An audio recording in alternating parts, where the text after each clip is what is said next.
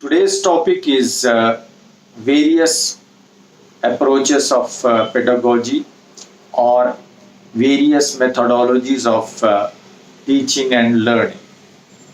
Dear teachers, we would be discussing three popular approaches. Number one, which is very popular in most of our schools, that is conventional system. We have our own methodology and system which is age old, popular. The second one is Montessori methodology. There is a misconception that we saw many boards, school, particularly preschool boards, that XYZ Montessori.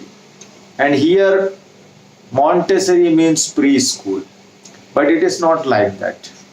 Montessori is a method of teaching, it is a pedagogical approach, and this system can be practiced even up to matric level, that is 10th standard.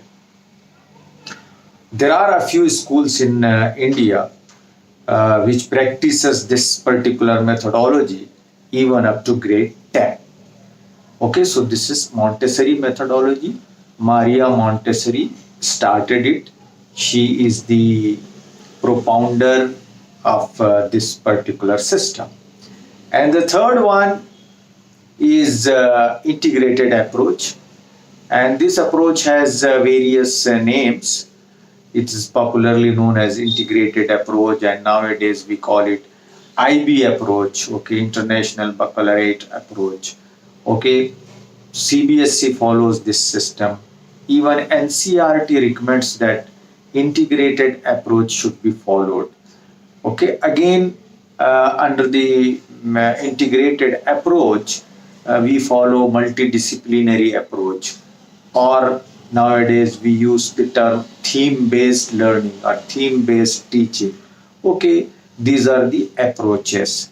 So we would be discussing in very brief. तो ये तीन तरीके हैं पढ़ाने के. हमने आज तक देखा, अभी तक हमने समझा चाइल्ड साइकोलॉजी, बच्चा कैसे पढ़ता है, how a child learns, and various types of intelligences, styles of learning.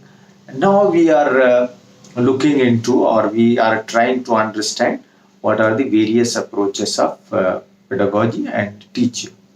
So एक तो है अपना कन्वेंशनल मेथड, इसके बारे में आपको बताने की जरूरत नहीं है. आप लोग या majority of teachers are following this approach only, and they think that this approach is wonderful, क्योंकि हमने उसी में पढ़ा है तो आप बच्चों को भी उसी में पढ़ाएंगे. बहुत सारे टीचर्स ऐसे हैं कि वो दुनिया नहीं देखते हैं और नई चीज सीखना नहीं चाहते हैं, समझते हैं कि हम इसमें बेहतर हैं, and whatever we are teaching, it is good. Because ultimately, unfortunately, अक्सर ये हो गया है कि if a child is scoring good enough marks, then your teaching method is good. क्योंकि इस टीचिंग मेथड को जांचने का, असेस करने का जो हमारे पास पैमाना है, the yardstick is that how much children have scored. Matric में कितने बच्चों ने पास किया है, कितना परसेंटेज रिजल्ट आया है. ओके, यही हम देखते हैं. But in future and very soon this style of teaching और this style of assessment is going to be obsolete, खत्म हो जाएगा. और इसी सिस्टम में अगर मेमोराइज करके बच्चे आगे आएंगे तो वो कॉम्पिटिटिव एग्जामिनेशन में परफॉर्म नहीं कर सकेंगे, क्योंकि आज आगे कॉम्पिटिटिव एग्जामिनेशन में जो चीज देखी जाएगी वो मियर मेमोरी टेस्ट नहीं होगा.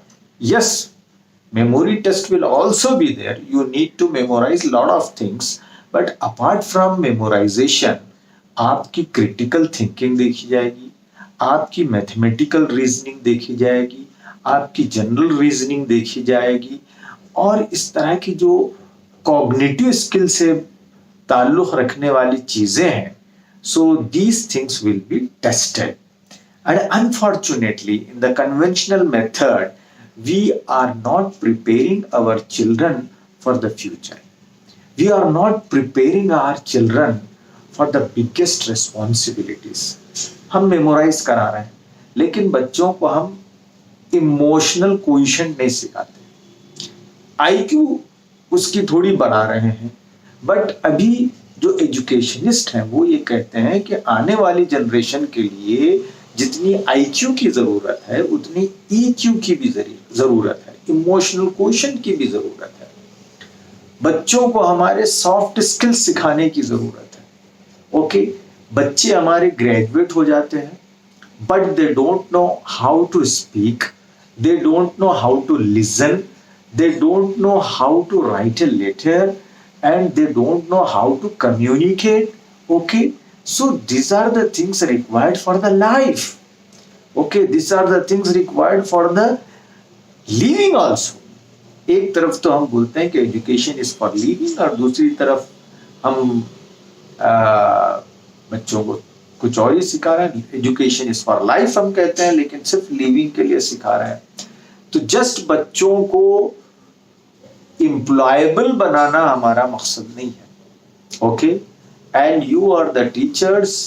सिर्फ आप एग्जामिनेशन के लिए बच्चों को तैयार करना नहीं है, but we need to train them for the life. Okay, and unfortunately training for the life will not happen in our conventional system. Number एक.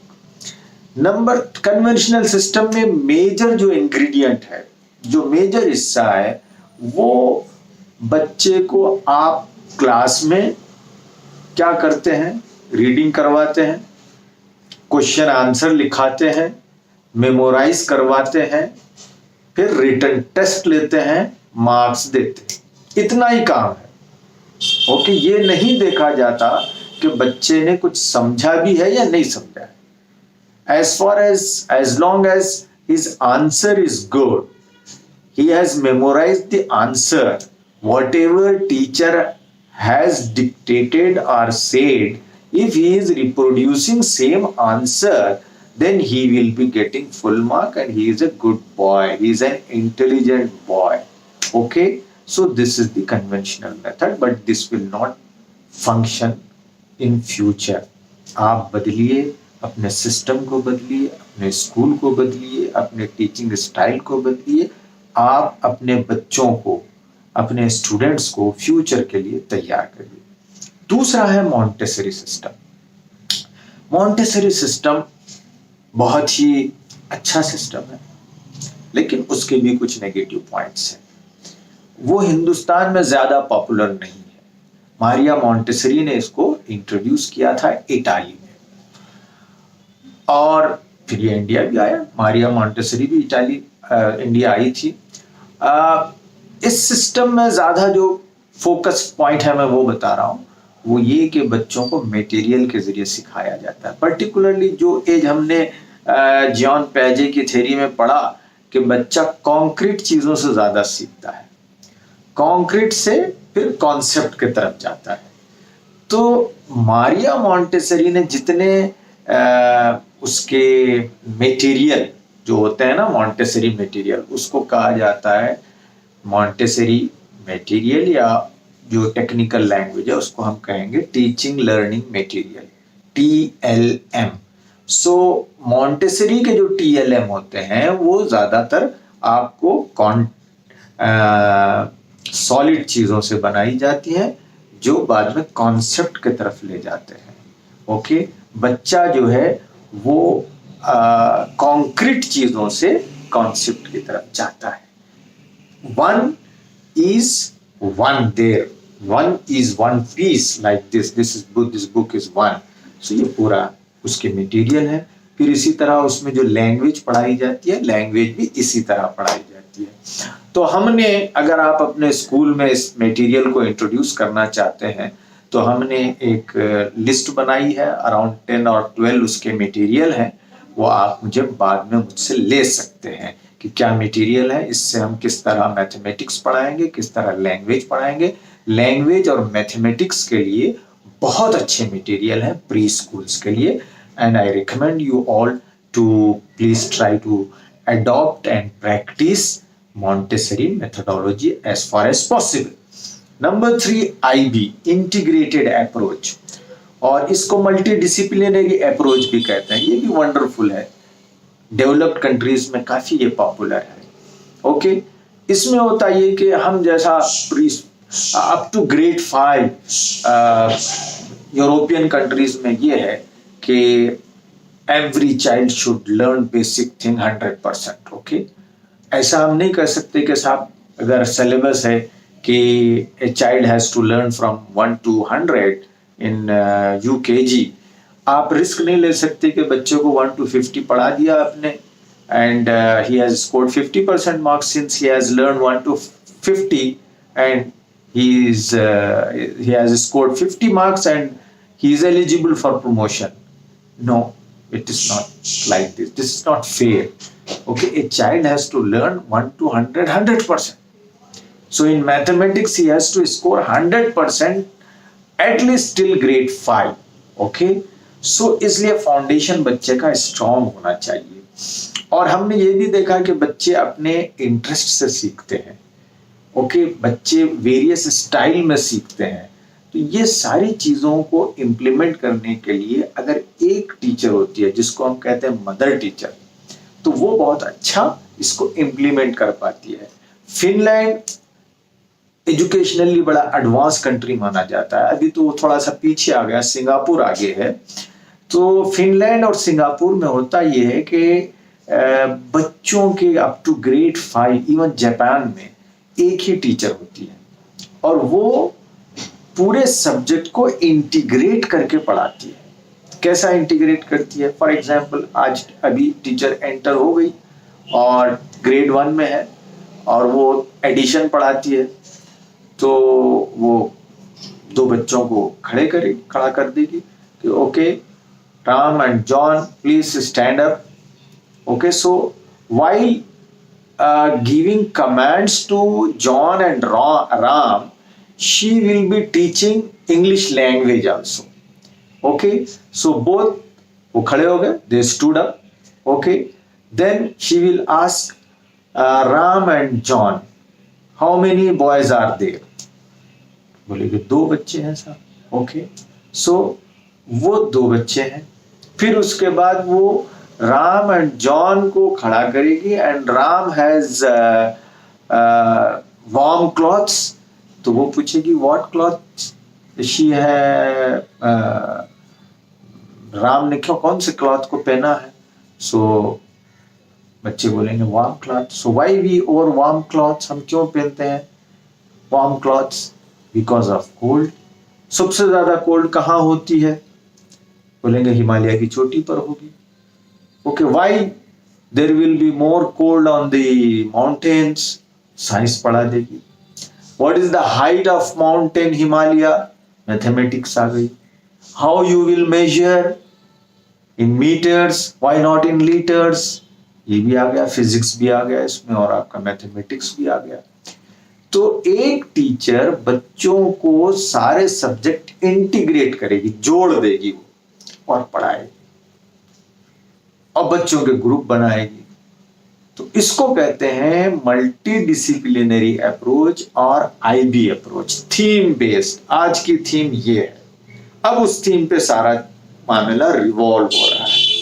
You are conducting circle time activity, you are conducting this that, okay, सारे करके उस concept को बच्चे को बिठा रहा है। तो ये जो मेथोडोलॉजी है इसमें बच्चे को इमर्स कर रहे हैं knowledge. You need to immerse in the knowledge, not just ask him to memorize the information.